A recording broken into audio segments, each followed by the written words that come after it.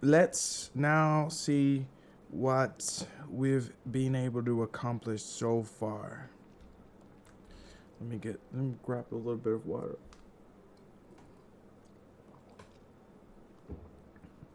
What's up, guys? Welcome back to yet another episode here on AP2 Square. My pleasure to be here with you guys. We're gonna be creating something very, very interesting. First, I want to take a quick moment to celebrate the fact that this is our 6th episode. Thank you so much for your support. We're almost reaching 200 subscribers. I would like to see that for this month that we reach maybe 300 subscribers. It'll be so much great if you guys help me with that. We're bringing our art this time and putting all of our passion to create a new art piece of Dehya. It's a character from a video game that I enjoy pretty much when I have time to play. It's called Genshin Impact. For those of you who already know what this video game is, please leave down below the comments which character you like the most and which one would you prefer me to give it a try. So, Dehya. Here's a picture of Dehya for general reference. This is what we're gonna be challenging ourselves with. It's an upcoming character for that video game that I mentioned to you guys already. And the tricky thing is we want to create our own style of this. First, we want to capture the essence of the character. We want to make sure that we are including the things that are distinctive. For example, I could tell you right away, one of the things that stands out, it's the ears, or the what seems to be looking like cat's ear, and those strands of hair that are in between her eyes that really pops out and has like that yellowish tone at the tip.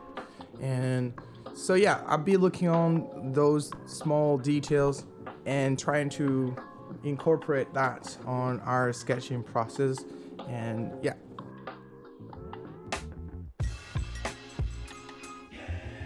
let's have a little bit of a warm-up. In the meantime, I show you the process of the warm-up.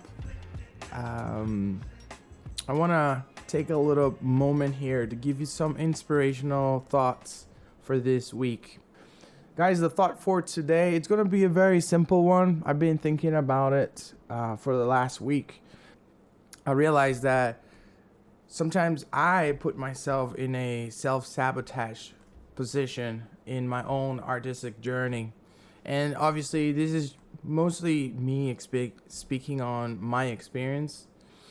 I just realized that a lot of people who maybe lack a certain part of their body, like an arm, or they cannot see or speak or hear, after they go through their process of accepting their weaknesses, they actually embrace their weaknesses and they actually push through, and you don't notice that they're missing something.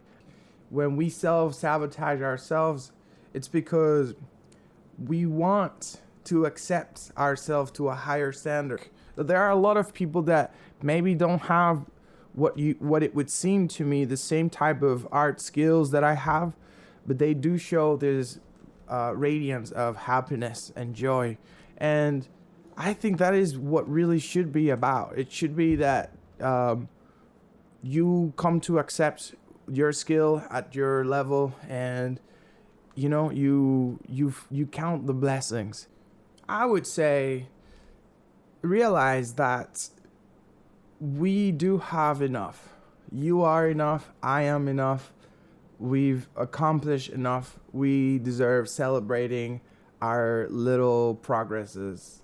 And for that, I just want to remind you of be careful of self-sabotaging yourself, all right?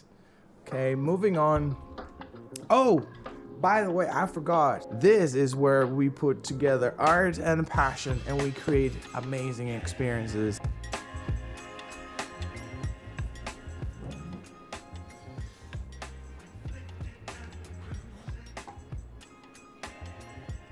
Obviously, one of the things that stands out about her is her hair with those cats like ears, and the movement of her hands.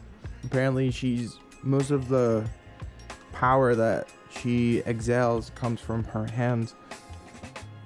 I think overall we've established where her pants are gonna be at. We've established the upper side of her breasts, and the hands position seems to have a pretty stable position. Okay, all right, so I think I'm heading on a good path here. I've been able to establish a good foundation for her full figure composition. I like so far how she's standing or kind of like levitating, and we've captured good good movement on her arms. She's communicating power with her hands, the way, like. Also, a quick tip about how I approach the process of creating hair. I want you to look at hair as a compound object instead of a single strand object that you have to put all together and convince people that that is what hair looks like. Instead, just think as a shape, and to make it easier, because I've already established the position of the body, that will set me on a good path for positioning the hair and the flow of the hair. These are important things to establish at this point in our process. Like I've mentioned in previous episodes, when you have a clear strategy on how you're gonna go about step 1, step 2, and step 3, things tend to flow a little bit better.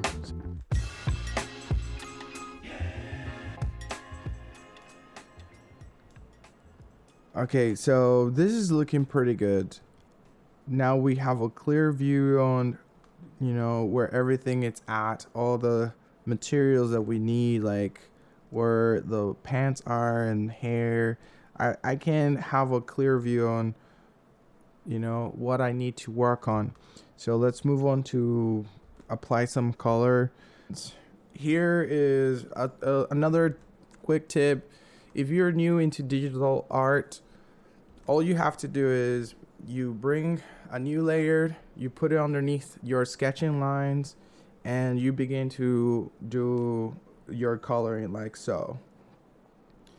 In color grading, I'm still in the stage of experimenting. So in this case, what I'm doing here is I am using obviously a different tone of black, but I set my stroke to be soft or to have the influence of how much pressure I applied on it, because I feel like sometimes the blending of the skin can inspire me to, get the sense of where I want to have lighting and where I would like to put shadows and so on. So that's basically what I'm doing here. See, I've established fairly the lighting that I'm kind of feeling. It makes sense for this art piece, or what I really want to establish the lights and shadows positions.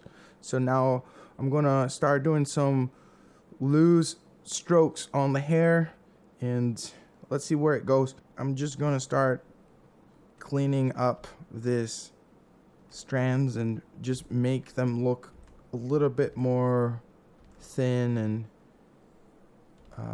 organic.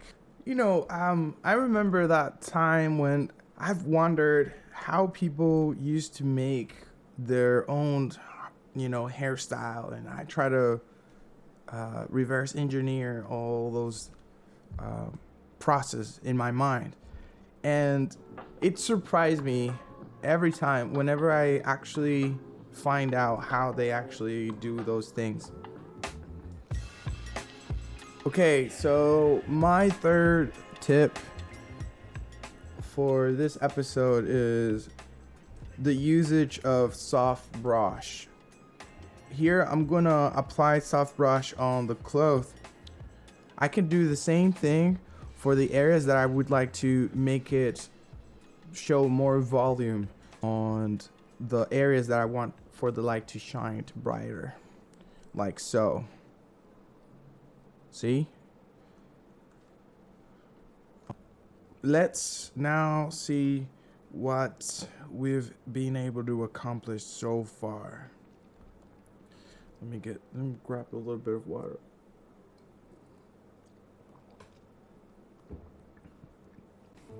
Hey, so what do we have here? We've come along from establishing the right composition of your character. We've managed to tackle one of the most important principles when it comes to creating a basic full figure. We have to take in consideration the essence of the character, the trademarks of that character, personality, and so on.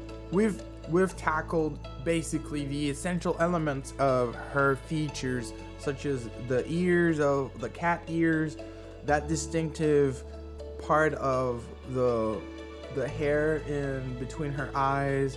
We got the claws going, and we've got even some fire added to the composition.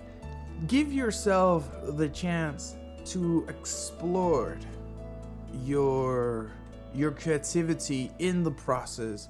But the key here is, while you're exploring, you first have to establish a very solid foundation. And that is the key for today's episode. And guys, if you enjoyed so far watching this episode, please be so kind on dropping a like, write some comment down below. It would be very, very much appreciated from my part, as it helps for the algorithm to promote the video for a broader audience. So yeah, thank you so much for your support. I hope you enjoyed so far what we've been able to create, and let's just have a final look to the finished product of today's episode. All right, guys, that's it for this episode. Now, if you're looking to follow more of this content, don't hesitate on clicking on that subscribe button, hit that bell notification for the next episode, and follow me on the other social media. I'm sure we're gonna have a lot of fun on the next adventure. See you guys, and stay curious, my friends.